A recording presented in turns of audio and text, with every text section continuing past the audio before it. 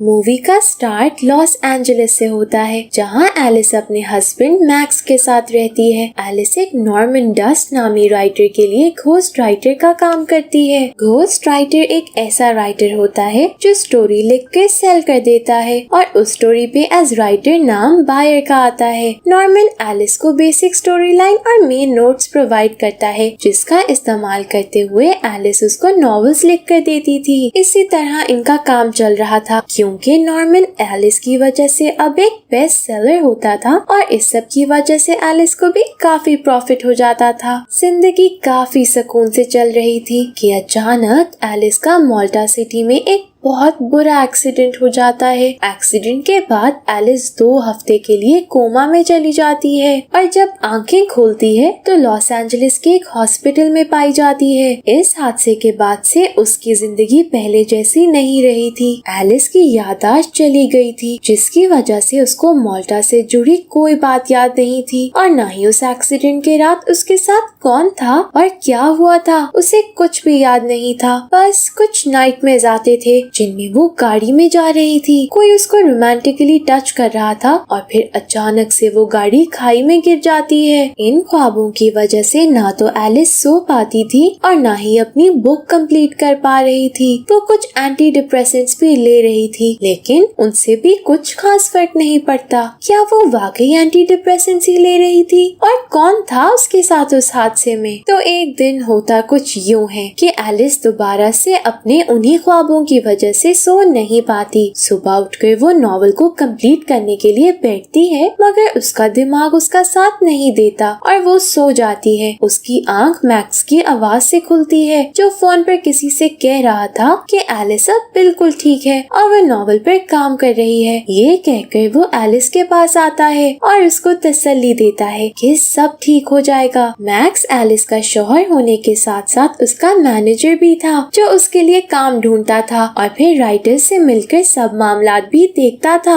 Max के जाने के बाद एलिस बहुत कोशिश करती है कि वो कुछ लिख सके, मगर ऐसा ना कर पाने पर वो ड्रिंक करके अपनी आधी लिखी हुई किताब को पढ़ती है, इस उम्मीद में कि शायद पिछला पढ़कर उसे दिमाग में कोई आइडिया आ जाए। मगर नहीं, कोई फायदा नहीं होता। वो अपनी पिल्स लेती है और फिर इसी कश्मकश के आलम में वो सारी किताब फाड़ कर स्विमिंग पूल में फेंक देती है और रोने लग जाती है। जब उसके दिमाग में पहले ही इतना कुछ चल रहा हो तो वो कैसे कोई पीसफुल स्टोरी लिख सकती थी। रात मैक्स घर आके एलिस को बताता है कि उसने राइटर से 2 मंथ का टाइम लिया है, पर एलिस इस हद तक मायूस हो चुकी होती है कि उसे लगता है वो दोबारा कभी नहीं लिख पाएगी। उसे अपनी और नॉर्मन की लिखी हुई बुक्स में ज्यादा फर्क नहीं नजर आ रहा था। वो समझती है कि वो आहिस्ता आहिस्ता अपनी आइडेंटिटी खोकर नॉर्मन बनती जा रही थी और यही बात उसको अंदर ही अंदर खा रही थी। मैक्स उसे माल्टा सिटी वापस जाने की ऑफर करता है कि शायद वहाँ जाके उसे सब याद आ जाए और वो रिलैक्स होके लिख सके। अगले दिन वो दोनों माल्टा के लिए निकल जाते हैं, जहाँ वो अपने पुराने घर जाते हैं। वहाँ उनकी एब्सेंस में उनकी मेड सारा सब संभाल रही होती है। एलिस वहाँ आ तो जाती है, मगर उसको ये भी याद नहीं होता कि ये घर उसका था और ये बात उसको और तंग करने लगती है। सारा को देखकर उसको कुछ अजीब सा लग रहा होता है, मगर वो समझ नहीं पाती कि वो एहसास क्या था।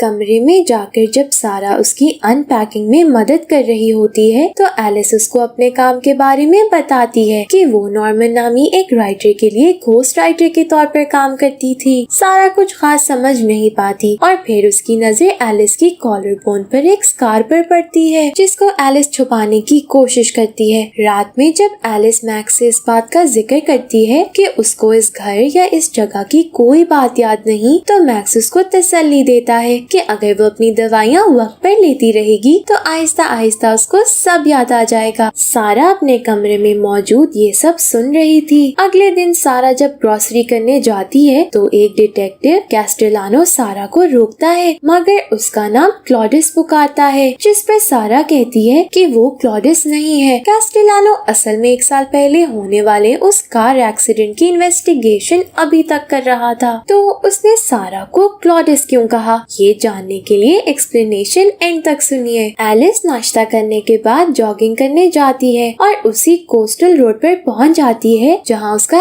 एक्सीडेंट हुआ था। वापस आकर वो नहा रही होती है कि उसे लगता है वॉशरूम के बाहर कोई उसको देख रहा था। वो चीखने लगती है और मैक्स आ जाता है जो उसको पिल्स देता है और कहता है कि ये बस तुम्हारा वहम था, हो सकता है तुम्हारी याददाश्त वापस आ रही हो जिसकी वजह से तुम हेलुसिनेट कर रही हो। सीन बदलता है और हम मार्केट के बीच में आ जाते हैं जहाँ एक शख्स कैस्टेलानो को एक डब्बा देकर जाता है। उस डब्बे में एक लेटर होता है जिस पर टू मैक्स लिखा था, एक मोबाइल फोन था और कुछ और चीजें जो शायद एक्सीडेंट के सीन पर से पुलिस ने बरामद की थी। अगले सीन में सारा नॉर्मन की एक किताब खरीदती है और घर जाकर एलिस को दिखाती है कि वो इसको पढ़ने के बारे में सोच रही है। इसी दौरान वो एलिस से उसके काम के बारे में पूछती है। एलिस उसको बताती है कि किस तरह वो नॉर्मन के लिए काम करती है, मगर ये भी बताती है कि ये एक कॉन्फिडेंशियल इंफॉर्मेशन है। सारा कहती है कि तुम खुद का नॉवल क्यों नहीं लिखती, जिस पर एलिस कहती है कि उसके अंदर इतना पोटेंशियल नहीं है कि खुद के कैरेक्टर्स बनाकर वो उनको एक स्टोरी में ढाल सके। वो सिर्फ लोगों की दी गई गाइडलाइंस पर चलना जानती है। सारा जाते जाते एलिस से एक अजीब सा सवाल करती है कि क्या तुम्हें अपने हस्बैंड मैक्स से प्यार है।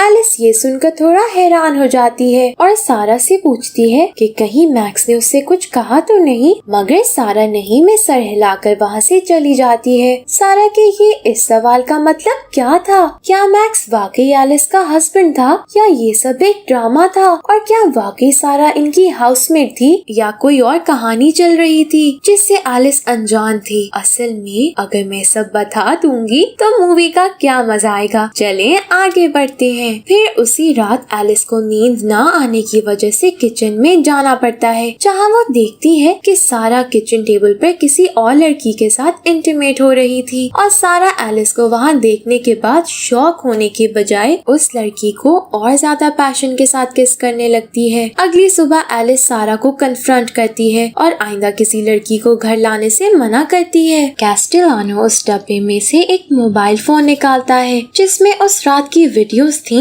जिस रात एक्सीडेंट हुआ था और वो उन वीडियोस को देखता है। ये मोबाइल उसी शख्स का था जो उस रात एलिस के साथ था। एलिस दोबारा से जॉगिंग करने जाती है और सारा रास्ता उसके दिमाग में सारा और उसकी लड़की का सीन ही चल रहा होता है। इसी सोच में जॉग करते हुए उसी कोस्टल रोड पर पहुंच जाती है जहां कैस्टेलानो भी आ जाता है। वो दोनों ऐसे ही रैंडम बातचीत करते हैं और फिर कैस्टेलानो एलिस को घर ड्रॉप करने का कहता है। एलिस उसके साथ चली जाती है। बाइक से उतरते वक्त एलिस की पॉकेट से एक गोली निकल के गिर जाती है जिसको कैस्टेलानो उठा लेता है और उसके बारे में पता लगवाता है। तब उसको पता लगता है कि वो कोई एंटी डिप्रेसेंट नहीं बल्कि वैलियम और LSD की टैबलेट्स थी जिनकी वजह से इंसान हर वक्त एंग्शियस रहता है और ये इतने हेवी स्लीपी ड्रग्स हैं जिनकी वजह से इंसान हेलुसिनेट भी करने लग जाता है। घर पहुंचकर एलिस देखती है कि कमरे में मैक्स का एक नोट पड़ा हुआ था जिस पर लिखा था कि वो कुछ दिनों के लिए लंदन जा रहा है। इतने में सारा जाती है और एलिस से कहती है कि उसने उसके लिए बाथटब रेडी कर दिया है। फिर नहाते वक्त सारा और एलिस एक इंटीमेट मोमेंट शेयर करते हैं जिसके बाद सारा एलिस से कहती है कि वो उसको एक स्पेशल जगह ले जाना चाहती है। ये सुनकर एलिस एक्साइटेड हो जाती है और उसके साथ चल पड़ती है। सारा एलिस को एक टैटू शॉप पर ले जाती है जहां वो उसके स्कार को कवर करने के लिए उसको उस पर एक टैटू बनवाने का मशवरा देती है ताकि वो जब भी उस स्कार या टैटू को देखे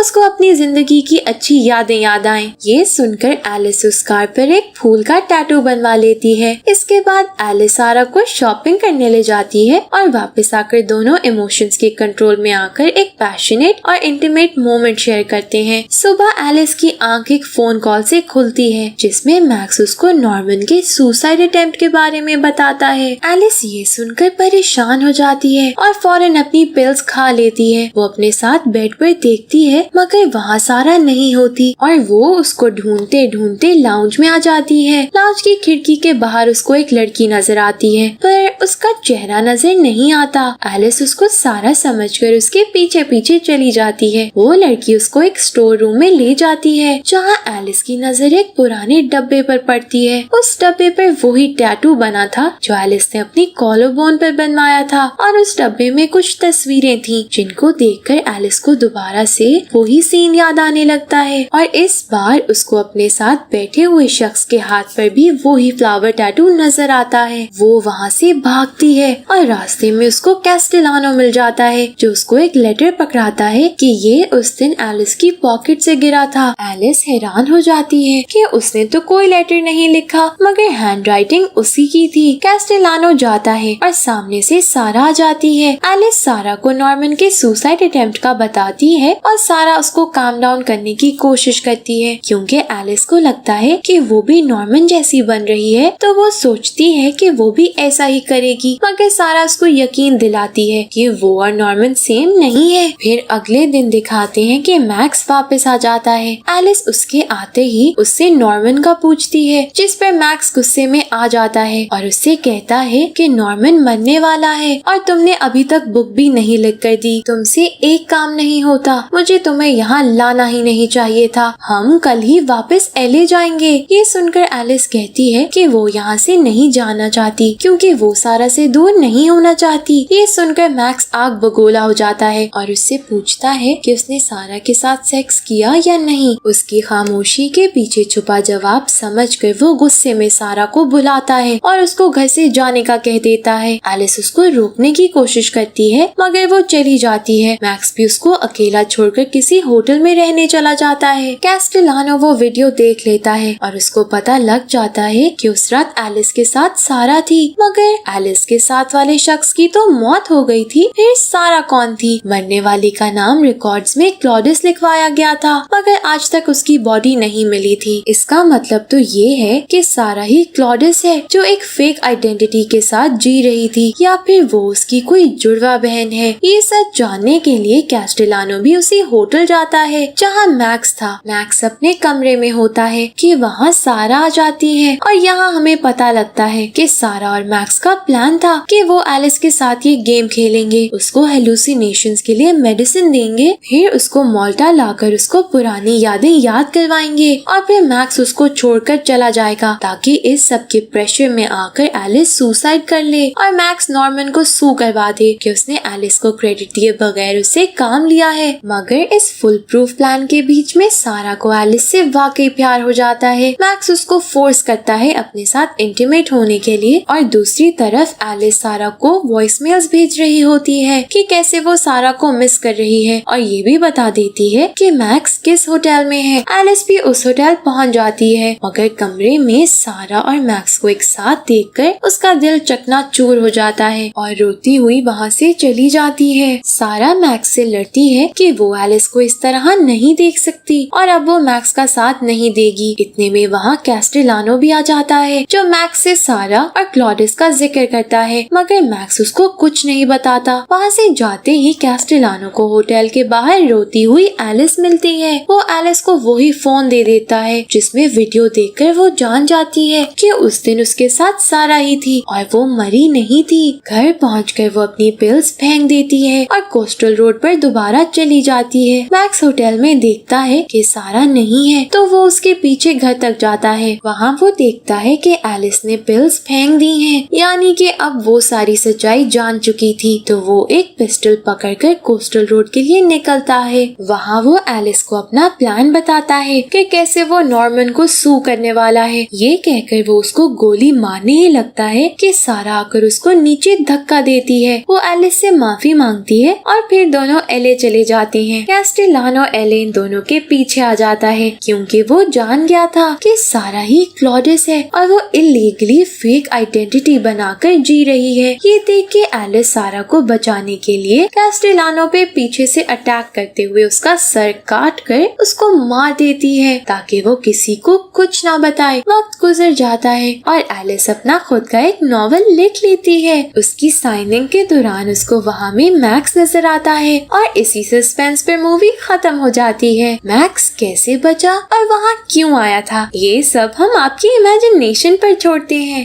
थैंक यू फॉर वॉचिंग।